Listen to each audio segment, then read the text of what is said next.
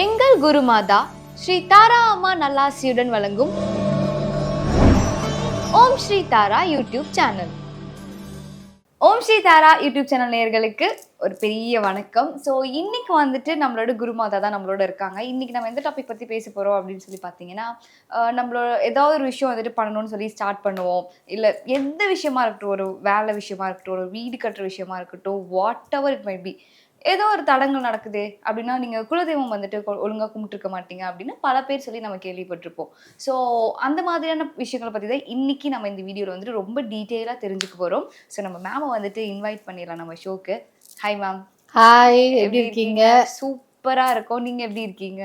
I'm also doing very well. Okay ma'am. நான் இன்ட்ரொடக்ஷனில் சொன்ன மாதிரியே லைக் குலதெய்வம் வந்துட்டு எல்லா ஃபேமிலிக்குமே வந்துட்டு அது வேரி ஆகும்.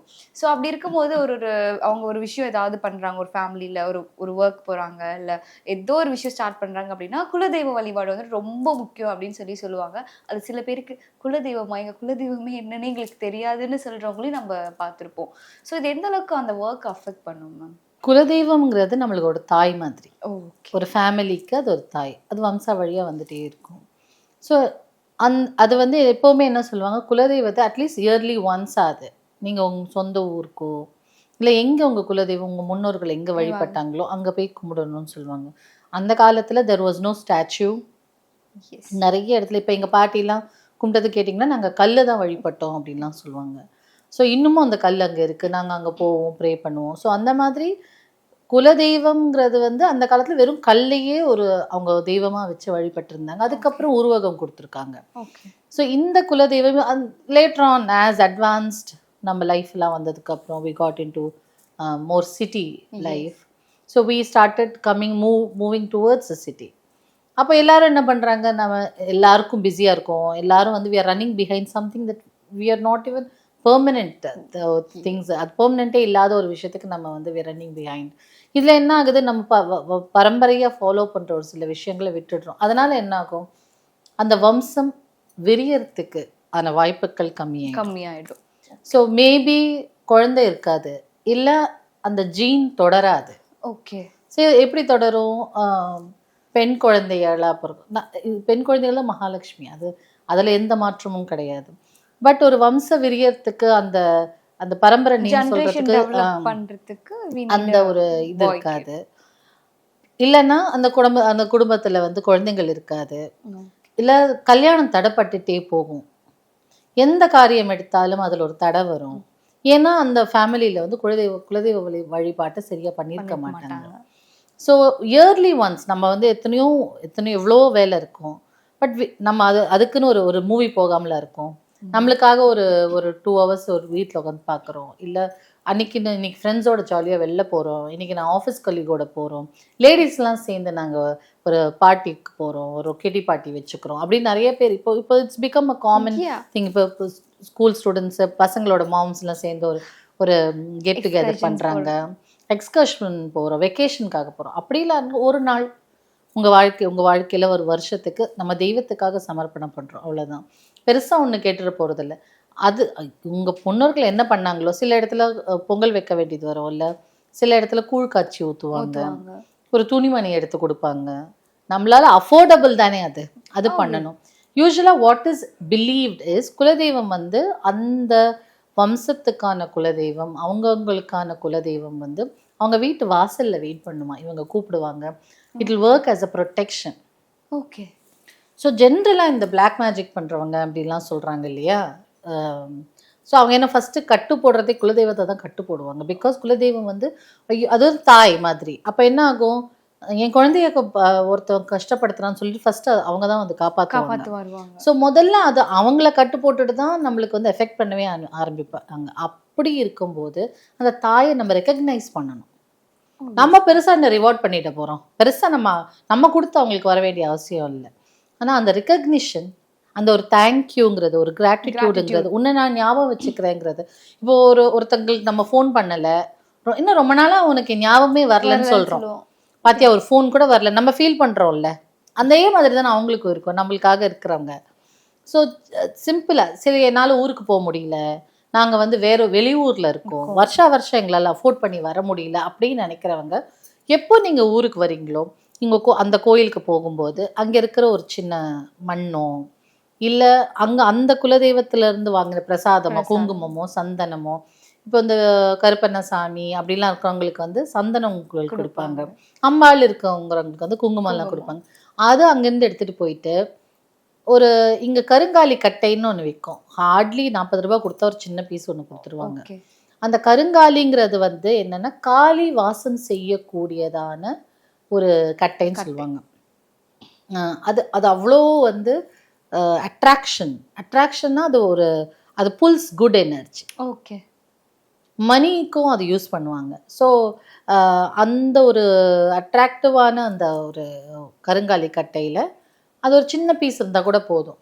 அதை நம்ம எடுத்துகிட்டு போயிட்டு ஒரு காலையில் பிரம்ம முகூர்த்தம் சொல்கிற இந்த 4 to 6 அந்த டைமில் எழுந்து நல்லா சுத்தபத்தமாக குளித்து அந்த குலதெய்வத்துக்கான படையலோ இல்லை என்னால் படையல் செய்ய முடியல அப்படின்னு நினைக்கிறவங்க ஒன்றும் வேண்டாம், அவல் பொரி கடலை இது வச்சு கூட அதுவும் ஏதாவது ஒன்று சாப்பாடு கொடுக்கணும்ல, கண்டிப்பாக நம்ம சாப்பிடாம இருப்போமா மாட்டோம். ஸோ அவல் பொரி கடலையோ இல்லை என்னால் காலையில் எழுந்து ஒரு கேசரி செய்ய முடியும், ஒரு சக்கரை பொங்கல் செய்ய முடியும் அப்படின்னா அது செய்யுங்க. இல்லை என்னால் எதுவுமே முடியாதுன்னா அந்த பொரி கடலையாவது வாங்கி வச்சு 4 o'clock எழுந்து குளிச்சு அந்த பூஜை ரூம் சுத்தம் பண்ணிட்டு ஜஸ்ட் அந்த கருங்காலி கட்டையை அதுக்கான குங்கும மஞ்சள் ஃபஸ்ட்டு அதை சுத்தி பண்ணணும். சுத்திங்கிறது என்ன, அந்த கட்டையை யார் கைக்கெல்லாம் போச்சோ அதோட எண்ணெய் பதிவுகள் அங்கே இருக்கும். நம்ம கிளாஸ்ல எல்லாம் கூட டிஸ்கஸ் பண்ணியிருக்கோம். லக்கி சாரி, லக்கி ஷர்ட்னு அப்படி சொல்லுவோம். அந்த எண்ணெய் பதிவுகள் இருக்கும். அப்போ நம்ம அதை சுத்தம் பண்ணணும் இல்லையா, அது ஃபர்ஸ்ட் இருக்கிறதெல்லாம் வைப் பண்ணணும்.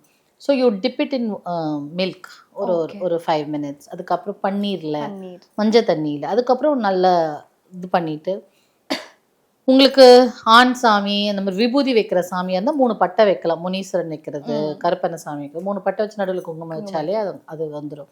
அப்படி இல்லைன்னா எனக்கு அம்பாள்னா மஞ்சள் குங்குமம் மாத்திரம் இட்டு தேடையில் வச்சு ஒரு 3 times நீங்கள் இந்த கட்டையில் வந்து இருங்க. இப்போ வந்து அங்காளம்மன் இருக்கிறாங்க அப்படின்னு வச்சுக்கோங்க. ஸோ அவங்களுக்கு மஞ்சள் குங்குமம் அந்த கட்டிக்கு வச்சு தேடையில் வச்சுட்டு நம்ம ப்ரே பண்ணணும். அம்மா நீங்கள் வாங்க இந்த கட்டையில் வந்து இருங்க, எங்கள் கூட குலத்தை காக்க வாங்க. பெருசாக மந்திரமே தேவையில்லை. மந்திரம் வந்து நம்ம சொல்கிறதுக்கு நம்ம வந்து சாதனான்னு சொல்லுவாங்க. இல்லை நம்ம ஒரு மந்திரம் பேசிஸில் ஸ்பிரிச்சுவாலிட்டியில் வரணும் அப்படின்னு அவசியம் இருக்கிறவங்கள பெருசாக மந்திரம் சொல்லணும். நம்மள மாதிரி லேமேனாக இருக்கிறவங்களுக்கு மந்திரமே தேவையில்லை. நம்ம மனசுல இருந்து ப்ரே பண்ணுறதே மந்திரம். இப்போ மந்திரம் என்னது, ஜென்ரலாகவே ஒரு மந்திரம் சொல்லும்போது நம்ம என்ன சொல்கிறோம், அம்மா உன் கை அழகா இருந்தது, மீன் மாதிரி உன் கண்ணு இருந்தது, நீ எவ்வளோ தயாள குணமா இருக்க, இத்தனை காப்பாத்தன, இந்த அசுரனை கொன்ன, அந்த அசுரன். So we are praising that. Yes, நீ இப்படி இருக்க, நீ இப்படி ஒரு அம்பாளா இருந்து என்னை காப்பாற்றணும், இப்படி ஒரு சிவன் எவ்வளோ பெரிய பவரு, நீ வந்து யாருக்குமே பாரபட்சம் பார்க்காம இருக்கிற, அப்படிலாம் நம்ம வந்து அவங்களோட நல்ல திங்ஸை சொல்லி அவங்கள அழக வர்ணிச்சு, உன் கையில வந்து கரும்பு இருக்கு, உன் கையில கிளி இருக்கு, இதெல்லாம் சொல்லி நம்ம ஐஸ் தானே வைக்கிறோம். லிட்ரலி இப்போ நான் வந்து நீங்க நல்லா அழகா ட்ரெஸ் பண்ணிருக்கீங்க, யாரும் நம்மளுக்கு காலையில காமெண்ட் சொன்னா அன்னைக்கு டேயே ஜாலியா இருக்கும் இல்லையா. நம்ம எடுத்த எஃபர்ட்டுக்கு ஒரு அப்ரிசியேஷன். இன்னைக்கு நீ நல்லா ஒர்க் பண்ணிருக்கேன்னா நம்ம பாஸ் சொல்லும் போது will feel happy, will feel பணம் வருதோ அது ரெண்டாவது விஷயம், நம்ம நல்லா ஒர்க் பண்ணியிருக்கோம் கேட்டாலே நல்லா இருக்கும், இந்த ப்ராஜெக்ட் நீ சக்ஸஸ்ஃபுல்லாக பண்ணியிருக்கேன். ஸோ அந்த மாதிரி ஒரு அப்ரிசியேஷன் கடைசியில் அங்கேயும் பிரைட் தான் கொடுக்குறோம் நம்ம இல்லையா. நம்மளும் வந்து சும்மா அப்படி கதை சொல்லிட்டு இப்போ வந்த ஸ்லோகங்களும் அப்படி தானே வருது. நீ வந்து விஷ்ணுவோட தங்கச்சி, ஆதிபராசக்தி சொல்லும் போது என்ன, நீ பெருமாளோட தங்க, நீ வந்து சிவனோட பத்தினி, நீ இவளோட தாய், நீ இவ்வளோ எல்லாம் பண்ணியிருக்க அப்படி சொல்லி நம்மளோட பாராட்டி கேட்குறோம். அந்த மாதிரி நம்ம வந்து அம்மா நீ எங்கள் குலத்தை இத்தனை நாள் காப்பாத்தின, இன்னும் என்னோட பசங்களோட குலத்தை எல்லாம் காப்பாற்றணும். அந்த டைம்ல வந்து ஒரு சத்தியம் வாங்கிக்கணும். ஓகே, அந்த டைம்ல யூல் ஃபீல் அந்த தேர்ட் ஐல வச்சு 3 தடவை நீங்க வாங்க, இந்த கட்டையில வந்து இருந்து எங்க குலத்தை காப்பாத்துங்க, எங்க குடும்பத்தை காப்பாத்துங்க, எங்களுக்கு ஒரு வழிகாட்டியா இருங்க அப்படின்னு சொல்லும் போது யூல் ஃபீல் அ டிஃபரன்ஸ். ஜென்யூனா மனசார யாரு பண்ணாலும் ஒரு சந்தன வாசனையோ இல்லை ஒரு நல்ல நறுமணமோ சில்லுன்னு ஒரு காத்தோ ஏதாவது ஒரு சேஞ்ச் இந்த அட்மாஸ்பியர் உங்களுக்கு தெரியும். that somebody else is there other than you, there is somebody else is there next to you or something. டெஃபினட்டா அதை ஃபீல் பண்ணுவீங்க. ஓகே. மனசார பண்ணும்போது அதான் இன்னைக்கு மத்தியானம் நான் இவங்க சொல்லிட்டு இருந்தேன், மனம் அது செம்மையானால் மந்திரம் ஜபிக்க தேவையில்லை. மந்திரமே நம்மளுக்கு தேவையில்லை. நம்ம அவங்கள கெஞ்சி, இப்போ உங்களுக்கு உங்க உங்க அப்பா கிட்ட ஒரு ஒரு பொம்மை வேணும், இல்ல ஒரு ட்ரெஸ் வேணும், நம்ம என்ன சொல்றோம், டாடி எனக்கு இது வாங்கி தாங்க டாடி, இப்படி பண்ணுங்க டாடி, அப்படி பண்ணுங்க, எல்லாரும் போட்டிருக்காங்க டாடி அப்படின்னு நம்ம கேட்கிறோம்ல. கண்டிப்பா. இப்ப நம்மளுக்கு நம்ம வந்து அப்பா அப்பா வந்து நம்மள கன்வின்ஸ் பண்ணாங்க. அப்பா என்ன சொல்றாங்க, நீ சூப்பரா பண்ணுவம்மா, நீ இப்படிம்மா அப்படிமான்னு அப்பாவும் சொல்லுவாரு. உன்னால முடியும், நீ படி, உன்னால முடியும், நீ அவளை விட ஜாஸ்தி மார்க், அப்படிலாம் சொல்லிதானே நம்மள வளர்க்குறாங்க. ஆமா. சோ அதேதான் அம்மா கிட்டயும், அவளும் தாய் தானே, குலதெய்வமும் தாய் தானே, நம்ம இதெல்லாம் நல்லதா சொல்லி என் குடும்பத்துக்கு அப்போ அந்த டிஃபரன்ஸ் வருது சொல்றேன்ல. இதர் ஃப்ரேக்ரன்ஸ் வரும், இல்ல ஒரு ப்ரீஸ் மாதிரி வரும். யூல் சி சம்டைம்ஸ் ஹாட்டா இருக்கும். நாங்க ஒரு குலதெய்வத்துக்கு போயிருந்தோம். அப்போ அவங்க சொன்னாங்க சூடா இருந்தது அந்த என்வாயன்மெண்ட் அப்படின்னு சொல்லிட்டு, அந்த அந்த பர்டிகுலர் டைம் சூடா வச்சு அந்த அந்த ஒரு 10 நிமிஷம் அப்படின்னு. ஸோ டிஃப்ரெண்ட்டாக உங்களுக்கு அந்த நேச்சுரல் ரெகுலரா இருக்கிறத விட ஒரு டிஃப்ரென்ஸ் தெரிஞ்சது அப்படின்னா கண்டிப்பா அவங்க வந்துட்டாங்கன்னு அர்த்தம். அதுக்கப்புறம் ரெகுலரா அவங்களுக்கு நீங்க பூஜை பண்ணணும். ஓகே. அப்போ அந்த டைம்ல நீங்க அவங்க வந்ததை ஃபீல் பண்ண உடனே, எப்பவுமே கடவுளை பார்த்த உடனே ஒரு சத்தியம் வாங்கணும்னு எங்களுக்கு என்னோட குருநாதர் சொல்லியிருக்காரு. அது எப்படின்னா, நம்ம பூஜை பண்ணும்போது அந்த அவங்க வருவாங்க இல்லையா, ஏதோ ஒரு விதத்துல வரும்போது முதல்ல நம்ம சத்தியம் வாங்கணும். ஏன்னா சில பேர் இந்த பிளாக் மேஜிக்ல சொன்னேன் இல்லையா, அந்த குலதெய்வத்தை கட்டு போடுவாங்கன்னு. அப்போ அந்த கட்டு நீங்க வந்து எந்த கட்டுலயும் விழக்கூடாது, யாருமே உங்களை கட்டக்கூடாது, நீங்க எப்பவுமே என்னோட வம்சா வழியா எங்களை காப்பாற்றணும் அப்படின்னு நம்ம ஒரு சத்தியம் வாங்கணும். அவங்க போடுறாங்களோ இல்லையோ கையை நீட்டிடணும். கையை நீட்டா அந்த பிச்சையை போட்டு தானே ஆடணும். Because there known to give, no there known to give to people. ஸோ அந்த கையை நீட்டி நம்ம அந்த சத்தியத்தை வாங்கிக்கிட்டு மனசே ஒரு சாந்தமா இருக்கும். Okay. You'll feel different. Maybe some people will get be very active because அந்த அவ்வளோ ஒரு பவர் உங்களுக்கு அது அங்கே கிடைச்சிருக்கும். ஸோ அதை வீட்டில் வச்சு டெய்லியுமே கும்பிடலாம்.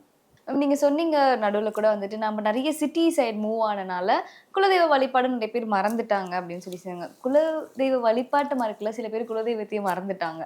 இப்போ நிறைய பேருக்கு வந்துட்டு எங்க குலதெய்வமே என்னன்னு தெரியல, எங்க அம்மா என்கிட்ட சொல்லாமே போயிட்டாங்க, லைக் அவங்க இறந்துட்டாங்க, எங்களால் அதை கண்டுபிடிக்க முடியல அப்படின்ற கேசஸ்லயும் நிறைய பேர் இருக்காங்க. இப்போ குலதெய்வமே யாருன்னு தெரியாத இருக்கவங்களுக்கு என்ன மாதிரியான குலதெய்வ வழிபாடு அவங்க பண்ணலாமா? So you can find out with உங்களுக்கான சில குருக்கள் அது வந்து அந்த அதுக்காக ஒரு மெத்தட் இருக்கு. அதுல வந்து இந்த விதைகளை வச்சு அதுக்கு கவுத்து போட்டு இதுதானா அப்படின்னு கேட்டு அப்படிலாம் அதெல்லாம் பண்ணுவாங்க சில பேர், அதுக்குன்னு இருக்காங்க. அப்படி இல்லைன்னா நீங்க யாராவது கேட்டுதான் ஆகணும், சொந்த ஊருக்கு போய் ரிசர்ச் பண்ணுங்க.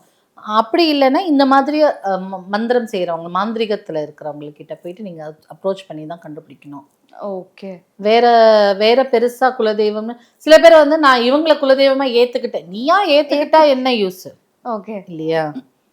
ஸோ அது நீங்க முதல்ல அது கண்டுபிடிக்க திட்டம். ஆனா நீங்க மனசார உங்க குலதெய்வம் கிட்ட வேண்டினீங்கன்னா நீங்க எங்க, ஏன்னா அவங்க அங்கதான் இருப்பாங்க, வீட்டுக்கு வெளியில தான் இருப்பாங்க. ஸோ யாரும் எனக்கு தெரியல, எனக்கு ஏதாவது ஒரு வழியில நீங்க என்ன கைட் பண்ணுங்க, எனக்கு உங்க பேரை தெரிஞ்சுக்கணும், உங்களை நான் கும்பிடணும் ஆசைப்படுறேன்னு சொன்னாலே டெஃபினட்டா ஏதாவது ஒரு வழியில கிடைக்கும் கண்டிப்பா உங்களுக்கு. குலதெய்வம் கேட்டது ரொம்ப நல்லது.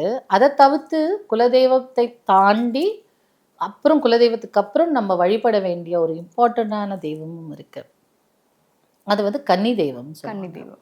Actually, I'm about to ask that only. Okay. நம்ம வீட்ல பிறந்த பெண் குழந்தைகள் யாராவது இறந்துட்டாங்க அப்படின்னா அவங்களையும் வந்துட்டு அந்த குலதெய்வமா வழிபடுறவங்க பழக்கமும் இருக்கு. குலதெய்வமா வழிபட முடியாது அவங்கள வந்து கன்னி தெய்வமா தான். கன்னி தெய்வம். கன்னி தெய்வம் யாருன்னா கல்யாணம் ஆகிறதுக்கு முன்னாடி அந்த வீட்டுல ஏதாவது ஒரு பெண் குழந்தை பிறந்து இருந்ததோ, இல்ல ஒரு இப்ப எங்க அத்தை எல்லாம் இருக்காங்க, எங்க அப்பா கூட பிறந்தவங்க, அவங்க வந்து ஒரு 11-12 இயர்ஸ்ல இருந்திருக்காங்க. சோ அப்போ அவங்க எல்லாமே கன்னி தெய்வங்கள். கல்யாணத்துக்கு முன்னாடி இன்னொருத்தங்க வீட்டுக்கு போறதுக்கு முன்னாடி இறந்த குழந்தைகள். அவங்க என்ன ஆவாங்கன்னா தெய்வமா இருப்பாங்க, ஏன்னா அது குடும்பம், அவங்க வந்து காப்பாத்த வருவாங்க. ஸோ ரொம்ப நம்ம அவங்கள இழுத்தும் போட்டுக்க கூடாது, ரொம்ப ஒதுக்கியும் வைக்கக்கூடாது, அவங்கள ப்ரே பண்ணணும். But they will be with us only. So அதுக்குன்னு ஒன்று அந்த திதி நாள் இருக்கும் இல்லையா, அந்த திதி நாள் அப்போ நம்ம அவங்களுக்கு அந்த படைச்சு பண்ணிட்டு காதோட கருகமணி அதெல்லாம் ஒரு செட்டு விற்கும், அதை வாங்கிட்டு பனை ஓலையிலேயே இந்த பாக்ஸ் மாதிரி பண்ணுவாங்க, இப்படி ஸ்லைட் பண்ற மாதிரி, இப்படி பின்னி பின்னி இருக்கும். அதுக்குள்ள வச்சு எந்த வயசுல அவங்க இறந்தாங்களோ அந்த வயசோட ட்ரெஸ், ஓகே, அந்த மாதிரி இப்போ ஒரு வயசுல இறந்துருந்தாங்க அப்படின்னா அந்த ட்ரெஸ்ஸை வாங்கி அவங்களுக்கு அதுல வச்சு அவங்களுக்கு அதை படைச்சு ப்ரே பண்ணிட்டு வீட்டுல சவுத் ஈஸ்ட் கார்னர்ல வச்சிடணும். ஓகே, மேலே எங்கேயாவது வச்சிடலாம், வச்சுட்டு அதை அப்படியே விட்டுடலாம் ஒரு வருஷத்துக்கு. அடுத்த திதிக்கு புதுசா ஒண்ணு வாங்கிட்டு இதை யாருக்காவது கொடுத்துடணும். ஸோ கன்னி தெய்வத்தையும் நம்ம வந்து கண்டிப்பா வழிபடணும். Thank you so much ma'am. ஏன்னா இதை பற்றி நிறைய பேருக்கு வந்துட்டு ஒரு கிளாரிட்டியே இல்லாமல் கன்ஃபியூஷன்ஸில் நான் எப்படி வந்துட்டு என் குலதெய்வத்தை இன்வைட் பண்ணுறது, நான் எப்படி கும்பிடுறது அப்படின்ற டவுட்ஸ் இருந்திருக்கும். ஸோ மேபி இந்த வீடியோ பார்த்தா உங்களுக்கு எல்லாருக்குமே வந்துட்டு ரொம்ப தெளிவாக புரிஞ்சிருக்கும் அப்படின்னு சொல்லி நினைக்கிறோம். ஸோ இதை பற்றி உங்களுக்கு வேறு ஏதாவது டவுட்ஸ் இருக்குது அப்படின்னா கூட ப்ளீஸ் கமெண்ட் செக்ஷனில் சொல்லுங்கள். நாங்கள் உங்களுக்கு எப்பயுமே ஆன்சர் பண்ண ரெடியாக இருப்போம். ஸோ இன்னொரு வீடியோவில் பார்க்கலாம். Thank you so much. Bye. Om Shri Tara YouTube channel.